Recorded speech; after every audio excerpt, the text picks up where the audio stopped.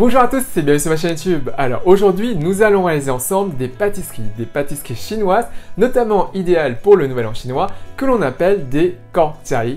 Alors kortiai, en fait, c'est une appellation cantonaise que vous retrouvez donc à Canton ou à Hong Kong.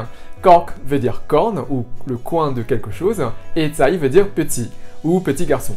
Et donc ça veut dire petite corne. Il s'agit donc d'une pâtisserie en forme de corne, en tout cas avec deux pointes et gonflée au milieu. Et vous allez voir, c'est super simple à faire. Et normalement, on réalise ça avec une garniture à l'intérieur à base de graines de sésame torréfiées et de cacahuètes. C'est vraiment excellent. Mais dans notre recette ici, je vais réaliser la recette avec une autre garniture, notamment avec une garniture de graines de sésame, de cacahuètes et de noix de coco râpées. C'est vraiment délicieux. Et sinon, pour la recette, c'est tout de suite. Pour la garniture, vous aurez besoin de 60 g de noix de coco râpées, 60 g de cacahuètes grillées, 10 g de graines de sésame grillées, 50 g de sucre, une cuillère à café d'huile neutre et une pincée de sel. Pour la pâte, vous aurez besoin de 150 g de farine, 50 g de beurre froid ou 2,5 cuillères à soupe d'huile neutre, c'est d'ailleurs recommandé pour la première fois, un œuf, une cuillère à soupe d'eau, une pincée de sel. Et bien sûr, vous aurez besoin d'huile de friture. Donc tout d'abord, concernant la pâte, on dépose la farine dans un bol, et on rajoute le sel. On mélange un peu pour répartir le sel un peu partout. Voilà. Ensuite, on ajoute le beurre. Ensuite, on va incorporer le beurre dans la farine. Donc, on malaxe bien, on écrase bien le beurre et on incorpore tout ça dans la farine. Si vous ne souhaitez pas utiliser de beurre, mettez juste 2 cuillères à soupe et demie d'huile neutre, si d'ailleurs vous faites cette recette pour la première fois. Voilà. Ensuite, on ajoute un œuf.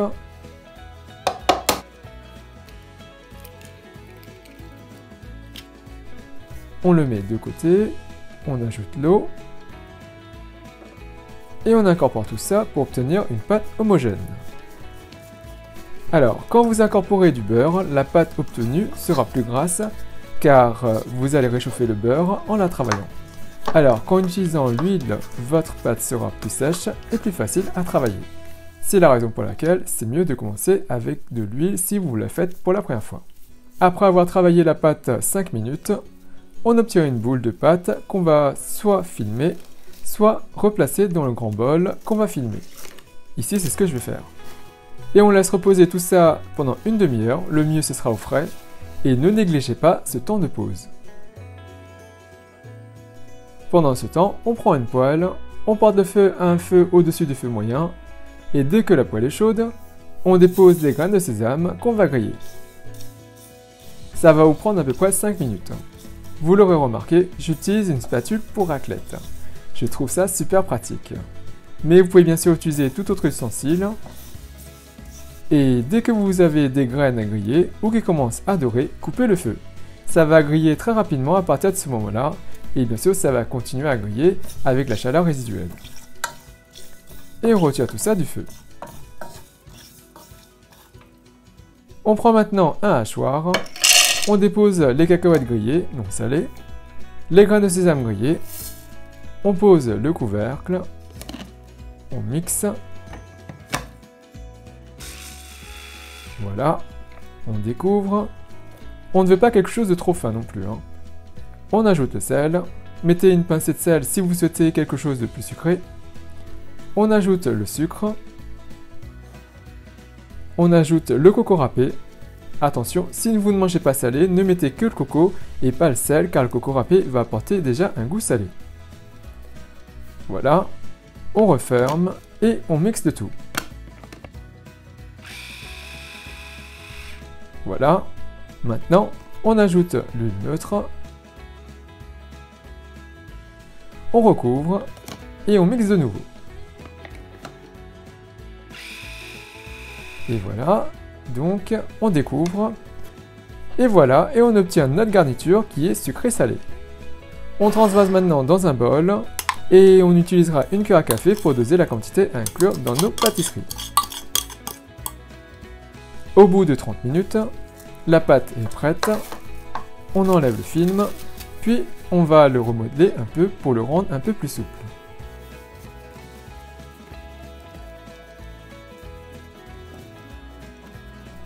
Ensuite, on va l'étaler à l'aide d'un rouleau à pâtisserie et on va former un rectangle d'environ 3 mm d'épaisseur. Puis, on va utiliser un verre qui va nous permettre de détailler des disques pour confectionner nos pâtisseries. La pâte restante, on va pouvoir la retirer et on n'oubliera pas bien sûr de la filmer pour qu'elle ne dessèche pas. Ensuite, prenez un disque et on va l'étaler encore un peu pour obtenir une pâte plus fine. Une fois cela fait, on y dépose une cuillère à café de garniture au centre, voire un petit peu plus. Enfin, n'en mettez pas trop la première fois. Ensuite, on replie en deux et on pince les bords au centre. Puis, on pince à droite et à gauche pour sceller le tout. Mais bien sûr, ça risque de s'entrouvrir un peu quand même, car on ne fait que presser la pâte. Ensuite, on va pincer le bord droit et rabattre la pâte sur elle-même. Puis, on pince la pâte avec le pouce et on rabat en créant un premier pli et on continue tout au long du bord. Donc, vous voyez ce que ça donne? Pincez bien, mais pas trop fort non plus pour avoir une pâte plate pour pouvoir la rabattre, mais sans casser et fissurer l'arrière du biscuit.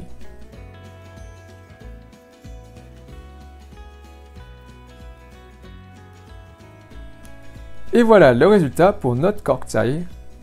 Et on continue avec le reste de la pâte. Avec ça, vous devrez pouvoir faire à peu près 14 biscuits en tout. En ce qui concerne la cuisson, on va la réaliser à la friture. Portez le feu à feu fort. Pour savoir si l'huile est chaude, on plonge une baguette en bambou. Et dès que ça fait des bulles, c'est que c'est suffisamment chaud. On plonge maintenant nos biscuits dans l'huile de friture. N'en mettez pas trop à la fois. Et on va juste attendre que l'extérieur soit doré. Donc n'hésitez pas à retourner votre biscuit dans l'huile. L'intérieur n'a pas besoin d'être cuit. Et dès que c'est doré, c'est bon. On peut les retirer de l'huile. Et ça va continuer à brunir et à dorer pendant que ça refroidit. Et maintenant, le petit test. Voici l'intérieur.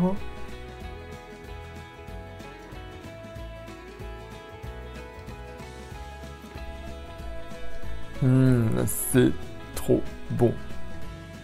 Allez, je le finis. Et je vous souhaite une bonne dégustation.